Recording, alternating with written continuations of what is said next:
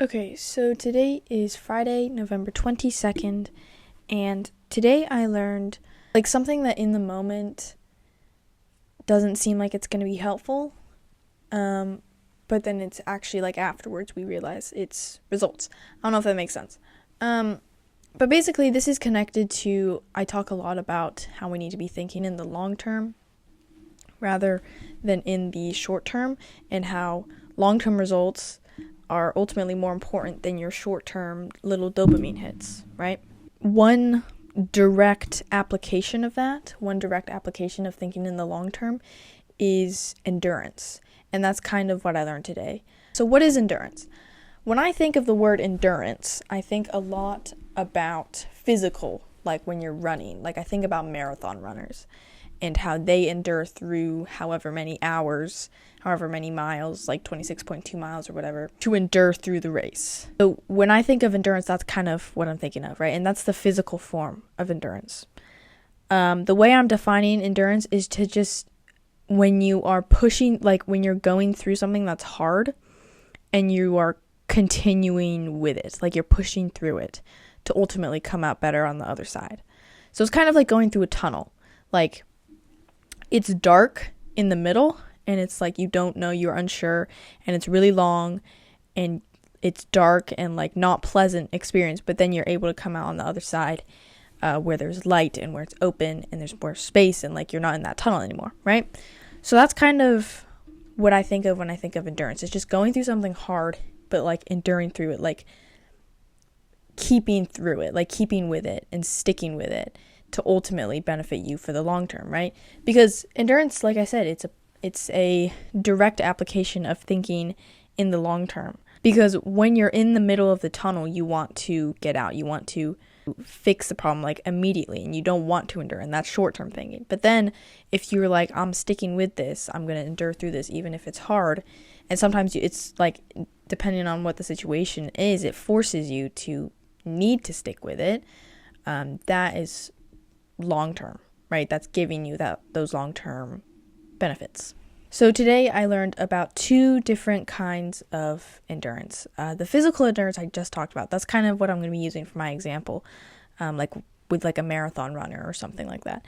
But the other two kinds of endurance there are mental endurance and emotional endurance. And those are the ones that I was thinking about a lot more today. And I'll probably also touch up on spiritual endurance at the end of it. So mental endurance.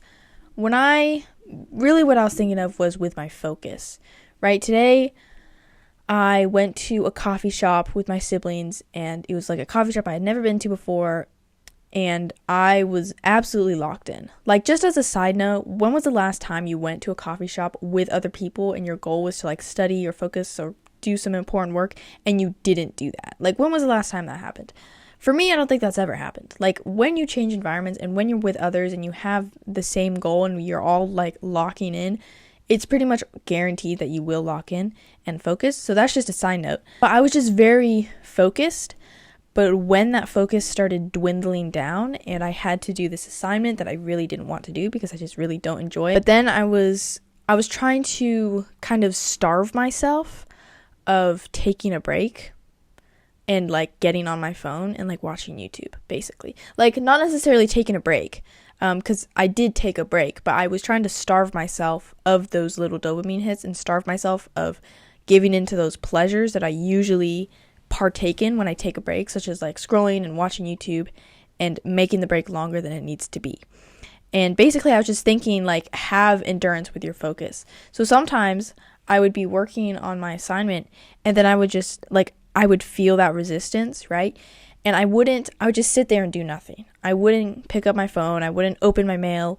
I wouldn't do anything like that. I would just sit there, look around. I was in a coffee shop I hadn't been in before, so I was able to just observe what was going on. Just look around and sit there for however long you need to and take your time with it. And then I was able, my sister was oh, we have to leave soon. We have to go back home soon. So I was that provided a little bit of urgency, which gave me that little push to finish the assignment that I didn't necessarily want to do. And I was very focused, right? And I was able to get it done. So that's the first kind of endurance that I want to talk about, focus, mental endurance in terms of focus. when you're feeling that resistance, obviously, if you need to take a break because breaks are really important. But sometimes it's okay to take like unplanned breaks that aren't necessarily strict and timed, but you're just kind of sitting there doing nothing, and try to just take your time with it. When I talk about this focus endurance, I'm trying to just keep my focus going for as long as possible, right? It's like when you're running, right? You're trying to keep running for as long as possible. And yes, during like marathons and long runs, people will walk, right? People will walk sometimes and maybe even stop sometimes if they need to. And that's kind of what I'm talking about. Throughout your focus session, just start walking. Slow it down. You don't even need to be doing your task. Just sit there and literally do nothing. Don't pick up any external stimulation. Just sit there and do nothing. Observe your surroundings and realize, like, I'm feeling that resistance, but if I just sit here, like let yourself sit there and do nothing and take your time with it. And then when you feel a little better and you have a little bit more of a push, you are able to get back to your work. And that's what worked for me.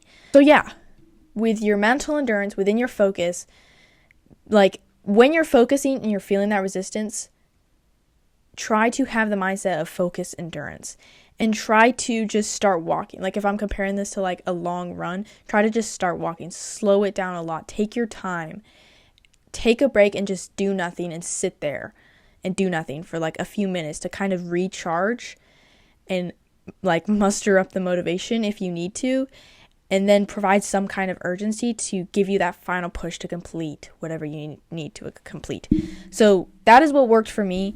I was just very focused today, not only because I changed environments, but also I was able to kind of keep that focus going and keep my focus endurance throughout it all. So that is the first kind of endurance that I wanted to explain today. The second kind of endurance that I experienced today was emotional endurance. And this wasn't really directly through me, but I was kind of just talking about it. Well, more like observing their conversations, and I came up with this analogy that I feel like makes sense when you're trying to have emotional clarity and like emotional endurance. Because I feel like emotional endurance in a way that when you have to deal with hard things, like emotionally hard, you have to be like, there has to be an uncomfortable phase. If something is emotionally hard to deal with, you're going to have to go through that uncomfortable phase. And I was thinking of an analogy where if you have a balloon, the balloon has to be blown up. The balloon has to be tight for you to be able to pop it with like a pin, right? Because if a balloon isn't blown up, you can't pop a balloon if it's just like limp and doesn't have anything in it. Like that's what happens when you ignore your problems, right? It's just like a limp balloon, and it's slowly increasing the tension, and it's kind of just sitting there and like wasting space in your mind and like wasting time and making you stressed. So when you're dealing with something that's emotionally hard, you have to be able to blow up that balloon. You have to create the tension in order for the tension to release. You have to blow up the balloon in order for it to pop. You have to be able to create that tension. So when you're dealing with hard things, emotionally hard things, you have to create that tension. You have to go through that uncomfortable phase. Like that is necessary when you are dealing with emotionally hard things. So the way this relates to endurance is that when you're going through these things and it's like an inherently hard thing, and you have to be able to go through this uncomfortable state when you're trying to resolve this problem, that is the endurance you need to have. You need to have endurance throughout the resolving of this problem and through this uncomfortable stage, because that's ultimately when that balloon pops, when the tension releases and you finally fix your problem, that's going to yield much better results. But if you just ignore your problems and you just let them kind of simmer in the back of your mind and they're slowly increasing your stress levels, even though you're like trying to avoid thinking about them, that's what ultimately makes it even worse, because that balloon is not getting to its full tension. So you're not able to pop the balloon. It's just like sitting there in the back, right? It's kind of like when you take a balloon and you blow it up and then you just release it and it goes like that kind of thing. That's what's happening when you're just letting it simmer in the back of your mind. You're just letting it kind of release, go whichever way it wants, meander through your thoughts without actually making any progress. So you have to be able to fully blow up that balloon. You have to fully increase that tension and fully go through that uncomfortable stage in order to pop that balloon.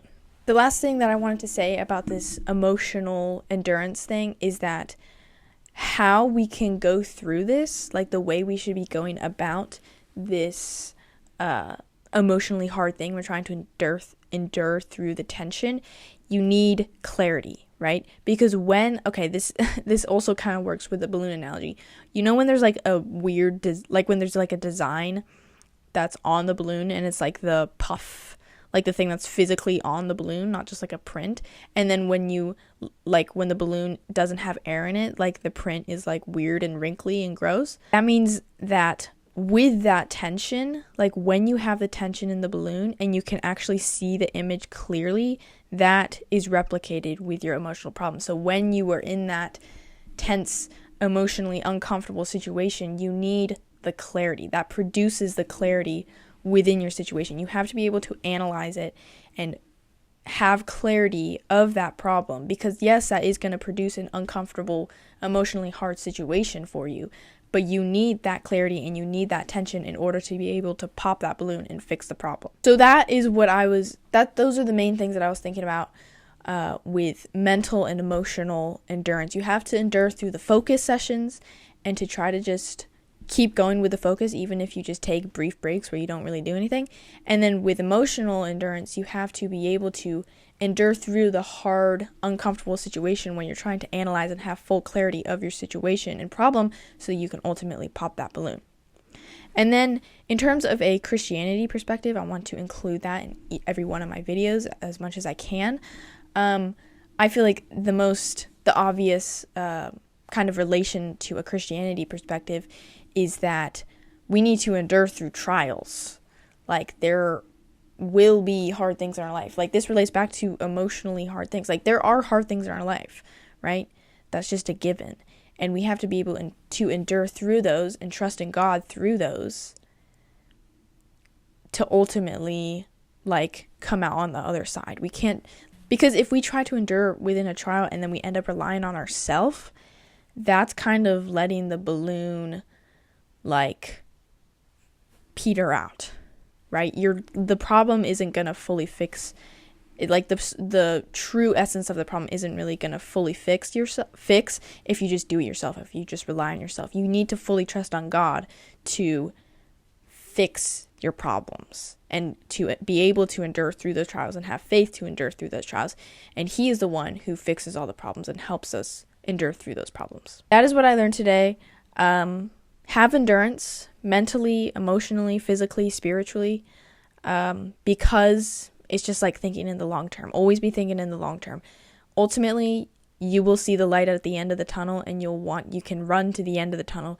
You won't stay in this darkness for forever. There is a light at the end of the tunnel. I can guarantee you that. There's always a solution to every problem. At least I believe, so far from my experiences in life, which is kind of minimal, but I do think that there's a solution to every problem. So no matter what problem you have, no matter how dark of a place you're in, no matter how dark or long your tunnel is, there is a light at the end of the tunnel, and you have to be able to endure if you want to make it to the end. And I guarantee you want to make it to the end, because, like I said, long-term thinking is always trumps short-term thinking. You need to be looking to the long-term and even further than that, into the eternal. And by eternal, I mean like your soul status and like building a relationship with God and that kind of thing. That's what I learned today. If you found this video helpful, then definitely hit the like button.